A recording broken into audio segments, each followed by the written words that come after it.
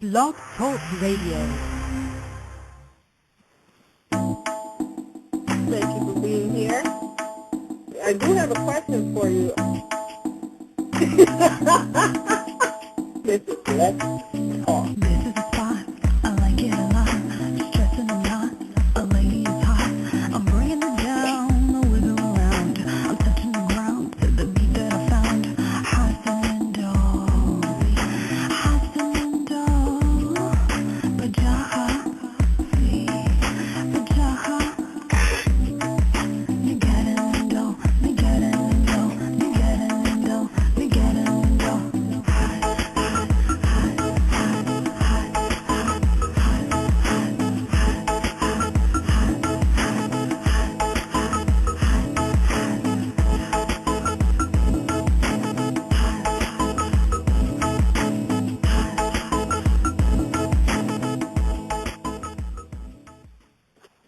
Greetings, everyone. Hope you had a wonderful vacation. Thank you so much for being here. In chat, we have Miss Callie Wood that brings us the Callie Wood News. She will be joining us today later on in the show. Her show is aired on Blog Talk Radio /Callie Wood on Fridays at 12 midnight Eastern Time and Saturdays at 2 p.m. Eastern Time. So please join her. We have Chuck and PJ. They also have a radio show on Blog Talk Radio. I'm going to look up their time. But I believe they're on Monday through Friday at 11 p.m. Eastern Time. If I'm not right about that, I will correct it later. But thank you, Chuck and PJ, for being here. We appreciate that. And again, that's Blog Talk Radio /Chuck and PJ Radio. And we have Kehea. Thank you so much for being here. And on the phone, we have Miss Khalifa Silver Fox. Her show is also on Blog Talk Radio at 12 noon, Saturdays and Sundays. And her address is Blog Talk Radio /Khalifa. So thank you so much for joining us. And we have Kehea and a caller from the 248 on the phone as well. So it looks like we're going to have a good show today. The topic today is going to be recognizing mental imbalance and how to start healing it. Our special guest is the beautiful and talented The One Diva. So let's see if she's ready to give us some wonderful advice. Well, good evening and welcome to the show, Miss The One Diva. How are you this evening? I'm fine, thank you. Can you hear me clearly? Yes, ma'am. Okay. We await your wonderful knowledge. Okay, so I can just kind of take it from here and you'll all chime in when... Okay. Yes. Well, I do want to open the floor up, especially for Miss Silver Fox, because I know she works with herbal healing and different things like that. So anytime you'd like to chime in, it's more than appreciated. So I am going to be very honest. This is going to be, some of it's going to be a little heavy, so I'm going to try not to make it too heavy. But I am dealing with the topic of mental imbalance and depression today, and I do have to make my disclaimer. I think that's the right term. I'm not a doctor. It's a personal experience, so ultimately it's your choice in your body, you know. But as they always say, you know, go deal with your doctor and see how you feel after that. So, yes. If I may say, sorry to interrupt, are you on speakerphone? because we're not No, hearing I'm on you. my... Oh, okay, hold on. If you can turn the volume down a little, that would be fine. And while she's doing that, I would like to say if anyone would like to call in, the call-in number is 1-347-857-4296. And for Khalifa, as soon as she's ready, I will cue you in, and you'll be able to participate. So thank you so much for being here.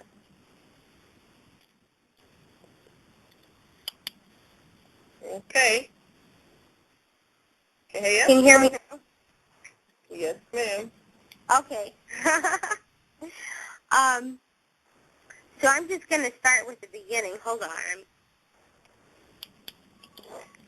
I'm having a little trouble hearing. I'm just going to start with the beginning.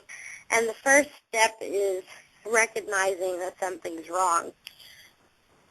So when I was younger, I went through a lot of depression. I don't know if you remember, Mom, but I would have to go home sick a lot with, like, stomach aches. Mm-hmm. And it's because I would watch the news, and I would get really inundated into what was going on. And I felt like I needed to help everyone in the world, you know, and you can't. You can't. And I remember my mom telling me that quite often. And so at some point, I can't remember what happened. Maybe you do, Mom, and if you do, you can chime in on that. But I had to go see a doctor because the depression had gotten pretty bad. And I went to see the guy, and I was happy, and I felt good. And he did this test on me, whatever it was. And he said, there's nothing wrong with your daughter, you know. And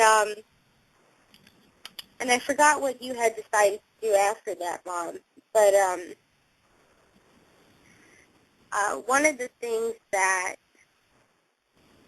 allowed me to recognize that there was a problem, where it was going past just being depressed into an actual issue, was something that is usually referred to as a panic attack. Are you getting an echo from me? No, you're okay. Okay. So I'll give you two main examples when I was young, and then one of when I was older. One of them happened to me and my cousin, but they happened at two different times and because of two different things. I'll start with my cousin. What happened to her was she had a fear of spiders, arachnophobia. And she also had the fear of the webs and anything relating to pictures. So she thought there was a spider web on her beanbag. And she thought she touched it. I don't know if she actually did touch it. But she freaked out, and she ran into the bathroom, and she turned on the water as hot as she could, and she used the dial soap, and she washed her hands in this burning hot water. She was crying and crying because she was so paranoid that the spider eggs on the spider web that she may have potentially touched were going to somehow get into her skin and hatch baby spiders inside of her, you know. And there was so much soap. That's what I remember very clearly. It was a lot of soap, and it was really hot water. And I had a similar experience when we went off to a camp. It was so dirty. And I actually don't know still to this day how people can live in that, but it was so dirty, and I just never been around that much filth. And I freaked out. And I remember we both wanted to go home, but I had my first panic attack that I can remember. And the same kind of thing happened. I didn't want anybody to touch me. I didn't want to touch anything. You know, I had to wash my hands in the really hot water over and over and over. It was just like I couldn't get the dirt off of me. I didn't want to touch their pillows. They wanted me to lay down, and they brought these new pillowcases out, and I finally laid on that. But that was my first experience at a panic attack. Now, fast forwarding to when I get to college, and this is when we really start to have a downward spiral.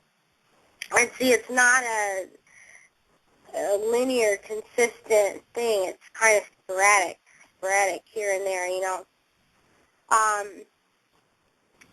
So when I got to college, one of the things that really happened was I started to have a lot more fear thoughts and a lot more thoughts of depression.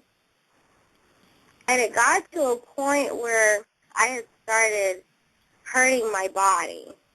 And I think you all know what I mean when I say that. And I don't even know if my mom knows about it, because I don't know if I ever talked to you about it. But I told my friend Rosalie, because I was concerned about myself, because I knew it wasn't me, but something was compelling me to do it. And I had gotten to a point where it was almost like my head was saying, you can't even do it, you can't do it, you can't kill yourself, try it, let's see if you can do it, just really taunting. And then I felt like I needed to prove to myself that, yeah, I can do it, and so I started hurting myself. And it wasn't until I sat down and I really, expressed what was going on in my head that my friend Rose at the time was able to tell me some of the stuff that she thought might be going on. One of the things is hypochondria, and that's where every little thing that might happen, or you might read something and then you start to get paranoid that it's happening to you. And so after that, I had got so bad in New York to the point where I wanted to go and get checked in somewhere and really get some help. But I almost signed my life away because the doctor's office was closed, and he recommended that I go to this building called the G Building. Well, the G Building, unbeknownst to me, is a place where if you sign the paper, then you don't get let out unless they let you out, and I didn't know that. So I don't know if it was you I called, Mom, or if I called the jail that told me not to go there. But I know after that point, that's when my mom intervened. And, I really started opening up, so she knew what was going on. And she started recommending that I take vitamins. So that's where I'm moving on to my next topic, which is looking for the natural healing. So before I delve into that, does anybody have any questions or comments?